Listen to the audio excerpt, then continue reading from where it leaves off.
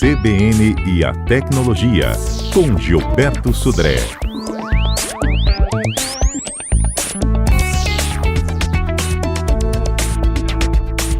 Olá, o tempo e a forma de como carregamos os celulares faz parte do nosso dia a dia.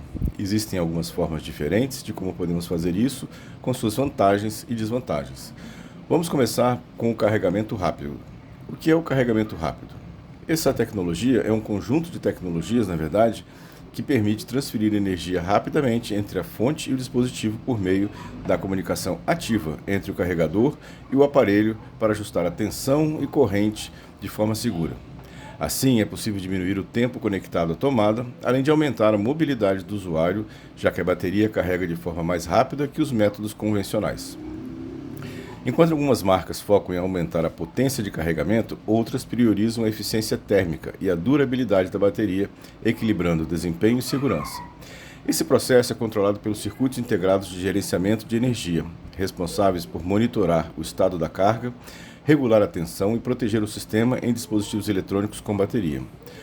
O funcionamento do carregamento rápido se dá pela união de três fatores: potência, corrente e tensão. Na fase inicial, o sistema fornece uma alta corrente na bateria do dispositivo para acelerar o carregamento. Após essa primeira fase, a corrente começa a cair para preservar a bateria. Ao atingir 100% da carga, o sistema diminui a corrente para níveis mínimos para que o dispositivo não superaqueça, mas mantendo o nível máximo de carga na bateria. Para ter o carregamento rápido, é necessário ter dispositivo, carregador e cabo compatíveis para usar essa tecnologia. Em geral, não é necessário ativar o carregamento rápido no seu celular. Ele é ativado automaticamente ao conectar um carregador compatível na maioria dos dispositivos modernos. Bom, uma pergunta bem comum é: o carregamento rápido vicia a bateria? Não, pois o sistema controla a quantidade de energia fornecida à bateria. No entanto, o calor excessivo gerado pelo carregamento rápido pode levar à perda de capacidade de armazenamento de energia ao longo do tempo. Por isso que recomenda-se retirar a capinha e manter o celular num local arejado ou ventilado. Outra tecnologia de carregamento é o carregamento por indução. Esse tipo de carregamento facilita a rotina ao transferir energia via campos eletromagnéticos, eliminando a dependência de cabos físicos e conectores. O processo de carregamento ocorre quando a base gera um campo magnético que a bobina do celular converte em eletricidade. É possível checar a compatibilidade do aparelho ao verificar os selos QI ou MagSafe na caixa ou nas especificações técnicas do fabricante. Modelos topo de linha das principais marcas costumam trazer o recurso, que pode ser confirmado nas configurações da bateria do sistema. O carregamento sem fio atravessa a maioria das capas de silicone, TPU ou couro, desde que a espessura não ultrapasse 5 mm. Contudo, acessórios como placa de metal, anéis de suporte ou materiais muito robustos bloqueiam o sinal e podem causar superaquecimento. É normal que o carregamento por indução esquente o smartphone devido à dissipação de energia entre as bobinas. Esse calor residual é comum, mas o uso de capas grossas ou desalinhamento da base agrava o desgaste das baterias a longo prazo. Para proteger o hardware, evite utilizar aplicativos pesados durante a recarga e use acessórios certificados que otimizem a gestão térmica. O carregamento por aproximação não estraga o aparelho e as baterias, mas a baixa eficiência energética gera calor excessivo, o maior inimigo das células de íon de lítio. Para garantir a longevidade, remova capas que retêm o calor e evite o uso intenso quando o dispositivo estiver na base magnética. Uma característica desse tipo de carregamento é que ele é mais lento devido à indução eletromagnética que dissipa energia como calor ao invés de convertê-la totalmente em carga. É um tipo de carregamento que acredito que pouca gente conhece, e o chamado carregamento reverso.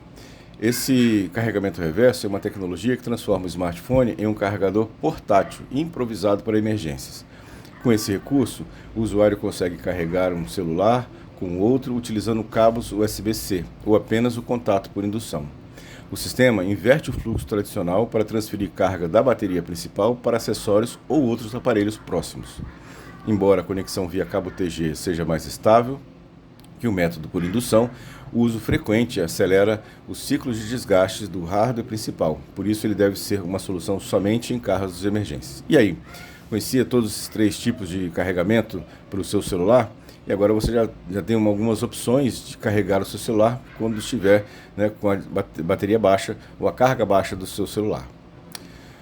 Agora vamos para o Viralizou, né, com as notícias que foram destaque nessa semana. Viralizou. A primeira notícia é que a Europa obriga que os celulares a partir de 2027 tenham baterias substituíveis e mais fáceis de reparar. A União Europeia aprovou uma nova regulamentação que promete revolucionar a indústria de dispositivos móveis nos próximos anos. A obrigatoriedade das baterias substituíveis em smartphones visa facilitar o reparo por parte dos próprios consumidores. Essa mudança histórica busca reduzir o lixo eletrônico e aumentar consideravelmente a vida útil dos aparelhos de todos os usuários. De acordo com o regulamento da União Europeia, os fabricantes terão um prazo de adaptação para redesenhar seus produtos. Os smartphones atuais são selados, o que exige ferramentas complexas e calor para qualquer manutenção interna básica. E aí que vem o problema. Com essa mudança, os celulares ficarão mais vulneráveis à água, já que a tampa traseira poderá ser retirada sem maiores dificuldades e o selo que impede a água de entrar no aparelho não será tão perfeito. Os celulares também vão ficar mais caros pela reengenharia que vai ter que ser feita. E aí a pergunta que eu faço é, será que o consumidor quer isso? Será que a substituição das baterias é um fator tão crítico assim, considerando que as baterias de celulares são cada vez melhores? Bom, vamos ver como é que isso vai ser lá na Europa. Outra notícia dessa semana também, que o telemarketing abusivo no Brasil registra mais de 126 bilhões de ligações feitas por robô. Esse é um mal que todos padecemos. O Brasil vive uma escalada sem precedente de telemarketing abusivo. Com uma média de 305 mil ligações por minuto, o país se consolidou como o tetracampeão mundial em chamadas indesejadas, segundo o novo estudo do IDEC. O levantamento revela que ainda que 92% das pessoas que recebem essas ligações não possuem qualquer relação com as empresas que fazem o contato, evidenciando o uso massivo e irregular de dados pessoais. O problema deixou de ser apenas um incômodo cotidiano e se tornou uma questão estrutural que envolve direitos do consumidor, proteção de dados e impacto direto na qualidade de vida da população. O efeito colateral dessa saturação já atinge, inclusive, serviços essenciais, com relato de empresas de saúde que enfrentam dificuldades para localizar pacientes devido à rejeição generalizada às chamadas telefônicas. A regulamentação atual é insuficiente e ineficaz. Enquanto a Agência Nacional de Telecomunicações, Anatel, a Secretaria Nacional do Consumidor, Senacom, e a Autoridade Nacional de Proteção de Dados, a ANPD, não atuarem de forma efetiva sobre as empresas que fazem esse tipo de abuso, não teremos mudanças nesse cenário. A verdade é que a Anatel falou muito e fez pouco, e a prova disso é só observar o crescimento desse abuso. Alternativas seriam de multas pesadas para as empresas que fazem isso, ou o chamado telemarketing ativo, onde o contato só deve ser permitido mediante consentimento prévio, informado e qualificado do consumidor. Enquanto isso, quem sofre somos nós, os consumidores. E a terceira notícia dessa semana que me chamou a atenção foi que uma tecnologia nacional foi a Lua, o relógio brasileiro que acompanhou os astronautas da Artemis II. Na madrugada de 1º de abril, enquanto a espaçonave Orion deixava a Flórida em direção à Lua, uma notificação eletrônica caiu na caixa de entrada do engenheiro Rodrigo Trevisan, em São Paulo.